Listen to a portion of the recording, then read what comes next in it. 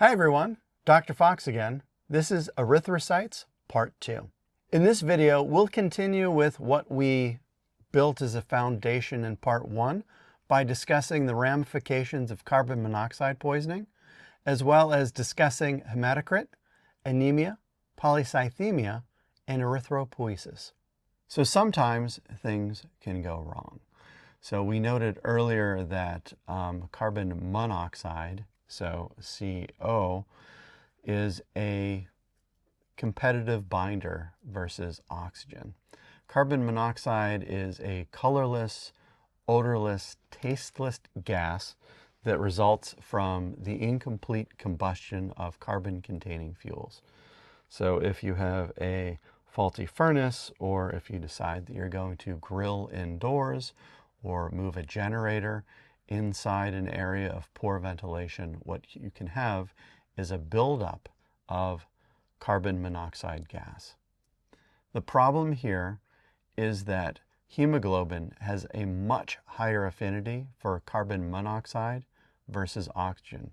In fact, it has up to a 240 times greater affinity for carbon monoxide versus oxygen. And so carbon monoxide beats out oxygen. Carbon monoxide can't serve as a terminal proton acceptor in chemiosmosis, and your body is starved for oxygen.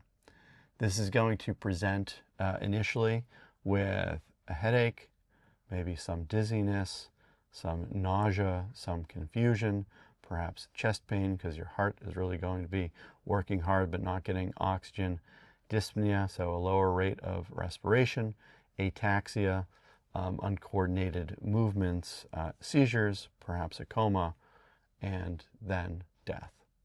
So carbon monoxide poisoning is a very real threat. This is why if you have a home that is heated by a fuel like natural gas or propane, you should have your furnace serviced regularly to make sure that it's not producing carbon monoxide. This is why you shouldn't grill indoors. This is why you shouldn't run generators inside. You know, in the northern latitudes where I live in Michigan, this can be an issue when there's power outages during the winter that you really have to be concerned about. And one of the ways that you can protect yourself from carbon monoxide poisoning is to install carbon monoxide detectors in your home and living spaces to keep you safe. So whether you're a homeowner or a renter or a guest, making sure that you pay attention that there are carbon monoxide detectors, that their batteries are current, and if they start to go off, you should look to removing yourself from that area. Now let's talk about the development of hemoglobin peptides, or those globin proteins. So I said before that most of adult hemoglobin consists of 2 alpha and 2 beta subunits, but there's also another form of hemoglobin in the adult that has 2 alpha and 2 delta subunits. And there's also fetal hemoglobin, which, while it is the dominant hemoglobin in the developing fetus, it also exists at a level that is equivalent to hemoglobin 2 in the adult, and that consists of 2 alpha units and 2 gamma units. So the alpha globin protein is coded for on chromosome 16. The beta and beta-like, so delta and gamma units, are coded for on chromosome 11. So there are 2 different chromosomes in your genome that are making this. But there are particular tissues that are important for the production of these globin proteins, as we can see in the chart here on the right. And I also like that we have this broken down both in the prenatal period and then after birth. So birth is here on this line here. And we can see that right out of the gate that there is zeta globin and sigma globin that forms very early in the early prenatal weeks. but they're quickly replaced by alpha globin and gamma globin, which you can see here.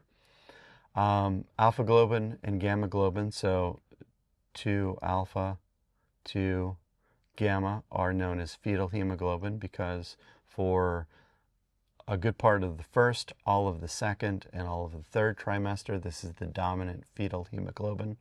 We can see that these globin alleles are produced in the yolk sac, the liver, and the spleen, and then towards the end of the trimester, the bone marrow as well. We can see that the beta globin protein begins production at a lower level late in the first trimester and then elevates throughout the third trimester. And then after birth, the globin and beta globin proteins cross early on, so before 6 weeks, and then you've got the dominant 2-alpha, 2-beta hemoglobin, so that's hemoglobin A. You also have 2-alpha, 2-delta that grows in increasingly popularity, so 2-alpha, 2-delta, that's hemoglobin A2, and you have 2-alpha, 2-gamma that is preserved from your time as a fetus, which is the fetal hemoglobin. So again, a very complex story here to arrive at the fact that you have different types of globin proteins in your hemoglobin, which is kind of cool and important as it relates to different diseases such as thalassemias. The process of an erythrocyte development is known as erythropoiesis. So we have hematopoiesis for the development of blood cells. Specific to erythrocytes, we have erythropoiesis. You might be guessing that there's also leukopoiesis and thrombopoiesis for white blood cells and platelets, and you would be correct. But let's focus now on erythropoiesis. Erythropoiesis starts with that pluripotent stem cell. That pluripotent stem cell becomes a proerythroblast. Blasts are immature cells. The proerythroblast becomes an erythroblast. It ejects its nucleus to become a reticulocyte, and that reticulocyte develops into an erythrocyte in its mature form, so chock full of hemoglobin. This process is largely modulated by different chemicals, probably the most important of which is erythropoietin, or EPO for short. Erythropoietin is a substance that is secreted by specialized cells in the kidneys and also in the liver during fetal development. Within the kidneys, there are cells known as peritubular interstitial cells. These are specialized fibroblasts that secrete EPO. In the liver, there are parasinusoidal cells. Parasinusoidal cells in the fetal liver also secrete EPO. When EPO is secreted, and it's typically at a very low level, usually at about 10 milliunits per milliliter within the blood. Whenever conditions are right for its secretion, its concentration jumps up to about 10,000 milliunits per milliliter of blood. And it's the driving force behind, the mitosis and differentiation of pluripotent stem cells into myeloid stem cells, and through this process to create erythrocytes.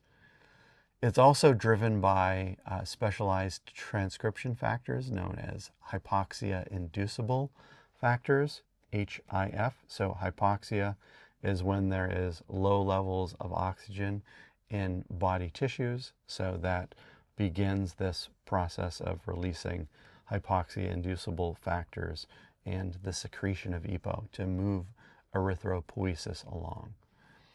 As a process from start to finish, this takes about 10 days. Hematocrit is a measure of the percentage of erythrocytes of total blood volume. And what is typical is between 38 to 54%. So 38 to 54, so 380 million to 540 million molecules per microliter of red blood cell within blood. Anything less than that, and the condition is known as anemia. That's an without, emia blood. Anything more than that, and we have polycythemia. Poly, many cells, and emia of the blood. So too few blood cells or too many blood cells, but specifically red blood cells. Now, hematocrit can be affected by either the abundance of red blood cells, which is probably the most correct way to look at it, or by the abundance or paucity of plasma volume. So you want the ratio of red blood cells to a particular amount of plasma to be correct. And this can be affected by a number of things. So for instance, a great loss of blood or hemorrhage. Dehydration can decrease plasma volume. Menstruation we can lose out on blood product, and so on and so forth. Lots of things can affect our hematocrit. But there are certain critical levels to your hematocrit. So for instance, when we go below 15%, this can lead to heart failure, cardiac failure. If we go above 60% for an elevated period of time, this can lead to spontaneous clotting. And these blood clots can end up in important vessels that can lead to injury and or death. Now, typically, it takes about 10 days to fully recover your proper level of hematocrit post-hemorrhage. And that's because the process of erythropoiesis takes about 10 days. After about 10 days, you can be all good. This is why athletes, when they are expected to perform, will oftentimes try to build their hematocrit in advance of whatever their contest. So for instance, if an NFL team is flying to Mile High Stadium in Denver to play a game of football, they might want to train at an oxygen deficit so as to encourage erythropoiesis, or go up in the mountains at a high elevation to experience that hypoxic event so that their body can go through erythropoiesis to build their hematocrit at least 10 days in advance. This is why when you go to climb Everest, you don't just show up at base camp and start walking up the hill. You have to gradually acclimate yourself to that environment. And an important part of that is the process of erythropoiesis. So anemia is a large category of pathology. It means quite literally without blood, but it is the reduced carrying capacity of the blood for oxygen. And it can be measured and quantified by hematocrit. So specifically, it is a reduced or decreased hematocrit. And there are different types of anemia, and it's not important that you learn all of these, but I just wanted to give you some examples. So for instance, there's iron deficiency anemia. So without iron, you can't make as much hemoglobin. There is something called megaloblastic anemia. So you don't have enough vitamin B12, which is an important cofactor for absorbing dietary iron. That can lead to not producing enough hemoglobin, so not enough hematocrit. There's pernicious anemia, where your stomach can't produce something called intrinsic factor, which is important for absorbing iron, in which case you won't make as much hemoglobin. There's hemolytic anemia, so this is kind of an entirely different pathology where the plasma membrane of the red blood cell just ruptures. There's aplastic anemia, where the hematopoietic connective tissue, or that red bone marrow, is destroyed. And there's microcytic anemia, where through a variety of processes, you can have microcytic erythrocytes, or very small red blood cells that aren't of adequate function. So again, you can get at anemia a number of different ways. All of them lead to your reduced ability of moving oxygen or carrying oxygen in the blood.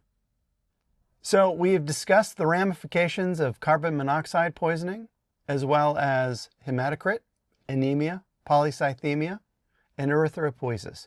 Thanks so much for your time, and I'll talk to you in the next video.